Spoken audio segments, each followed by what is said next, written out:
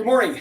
Tinking your toes to bar. What does that mean? Today we're going to talk about toes to bar, how it's different from the kipping pull-up, why it's often a more challenging skill for athletes to acquire, and how to use a tool called the Tink to help athletes get away from things like knee raises, toes to rig, and sit-ups, and progress them towards actually using toes to bar. First things first, if you're listening to us on the podcast, you're going to want to go over to our YouTube page or Instagram page and watch this video. We're going to show a lot of demonstration today.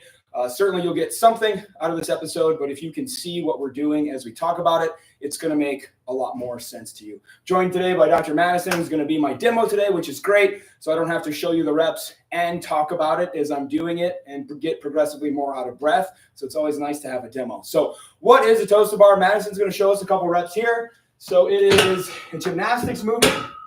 It is a shoulder-driven core movement, moving from hollow to arch, our gymnastics kip. Why this differs from the kipping pull-up is that you can notice there's no arm bend. As we approach a kipping pull-up and pull our chin over the bar, we don't have that in a toes to bar. We have this straight arm kip. We're using our lats to move our lower body towards the pull-up bar instead of using our lats to move our upper body up and over the pull-up bar. So it demands a more efficient kip, it demands stronger lats and grip strength, and it demands greater core and hip flexor strength as well, because now we're moving our lower body up to the pull-up bar, which most humans, at least most humans, should have more mass in their lower extremity than their upper extremity. Certainly everybody knows that person that has a 400-pound bench press and a 200-pound back squat. But most folks are going to have a heavier lower extremity, which just further increases the demand for a really efficient kip and really strong lats. And then what can be hard to see if you're not familiar with this movement is that toes to bar demands a really active return. That as we kick the bar, it's an active return back through the pull-up bar to that arch position. If we just let our legs drop, folks will lose their kip rhythm. And so we need to be both active in our kip to bring our legs up to the bar. We also have to be active in the return. And so that's why folks can say, hey, coach, hey, doc, I can do a million kipping pull-ups, but I really struggle putting together even small sets of toes to bar. What's going on? And those athletes may be stuck in their progression. They may have plateaued. They may be doing something like knee raises, kipping knee raises as a scale in the gym. They may be doing things like GHD sit-ups completely off the pull-up bar, not practicing that kip. Toes to rig, toes to kettlebell, toes to rings, toes to whatever, but they may not be doing something that's actually going to progress them towards improving their toes to bar efficiency. So we have this tool. This is a wonderful tool. This is called the Tink, and this is designed to help athletes break through that plateau on that toes to bar. So folks may be stuck for a couple months, maybe stuck for a couple years. This can be a very, very powerful tool to help athletes learn that the kip is more demanding in the toes to bar, but also to help them with the return. A lot of athletes can do a toes to bar. They can do one, and maybe they can hang on the bar and do an almost infinite number of singles, but they can't string them together. So it takes them a lot of time to move through toes to bar in the workout. And the Tink is designed with a band at the end to help them learn that they need to be active in that return. And we'll talk about how to use this here in a second to get through that plateau by using the Tink. Personally, this is how I learned to do toes to bar. I struggled forever to put together even sets of 3 to 5. And this is what really helped me learn doing bigger sets and getting away from doing things like knee raises or strict toes to bar or toes to whatever.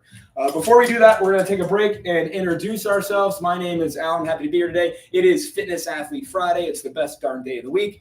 If you're working with CrossFitters, Olympic weightlifters, powerlifters, bodybuilders, an active population, endurance athletes, Fitness Athlete Friday is for you. We talk about everything related to the recreationally and competitively active individual. If you want to learn from us in the Fitness Athlete division, our Level 1 online course just sold out last night. Our next class starts on March 24th.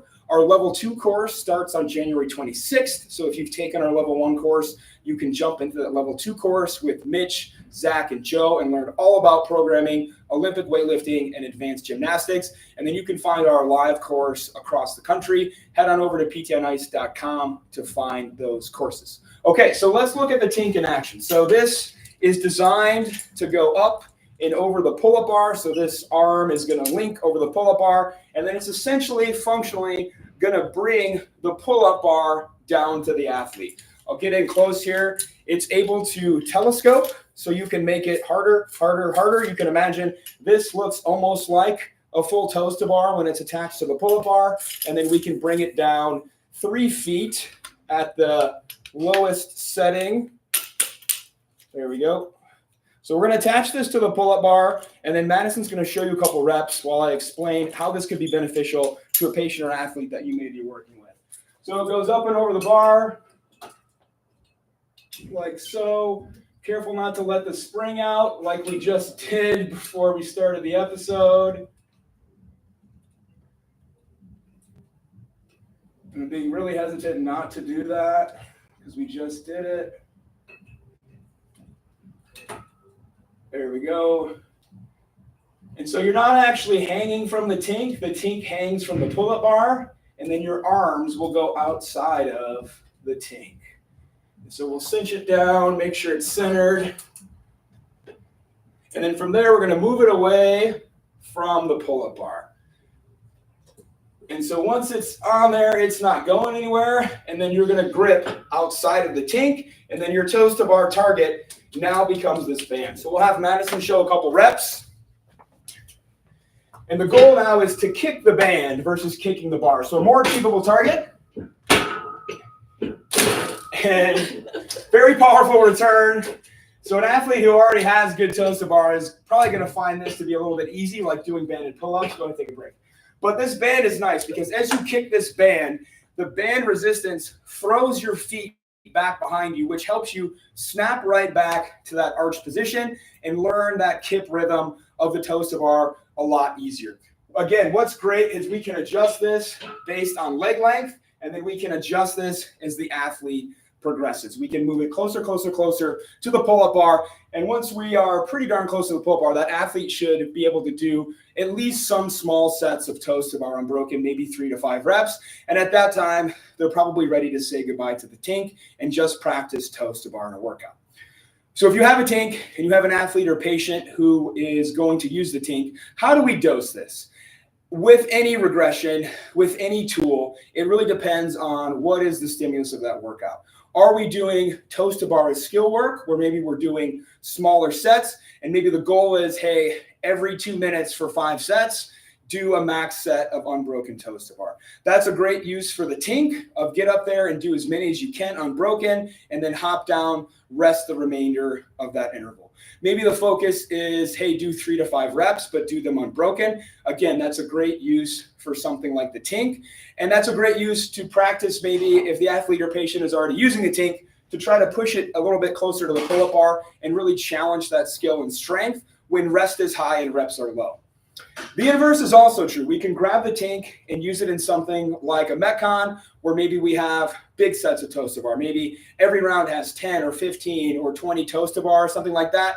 Even if that athlete is getting pretty good at toes to bar, but they know that's too many, that's also a good use for the Tink because we can put it at its lowest setting and we can have that athlete do big sets of a scaled version of the toes to bar with the Tink, maybe 10, 15, 20 reps unbroken, where without the Tink, maybe they could only do 3 to 5 reps at a time. That's going to let that athlete accumulate a lot of toes to bar volume. That's going to let them really practice their kip rhythm versus scaling completely away from toes to bar or doing something like quick singles, which is not going to help reinforce learning that straight arm kip, developing that core strength, really learning the return, the active return nature of the toes to bar as well. So you can find the Tink online. The Tink is actually named after the person who created its dog. And I'm told the whole family just spends their day putting together Tinks and mailing them out. We have no official relationship with Tink, but I do think it's a really, really great tool for you, your patient, or your athlete that is really stuck on a plateau with learning toes to bar. So we hope today was helpful. Would love to see any questions, comments, concerns you have on Instagram or YouTube. Other than that, we hope you have a fantastic Friday. If you're going to be at a live course this weekend, have a great time. Have a great weekend. Bye, everybody.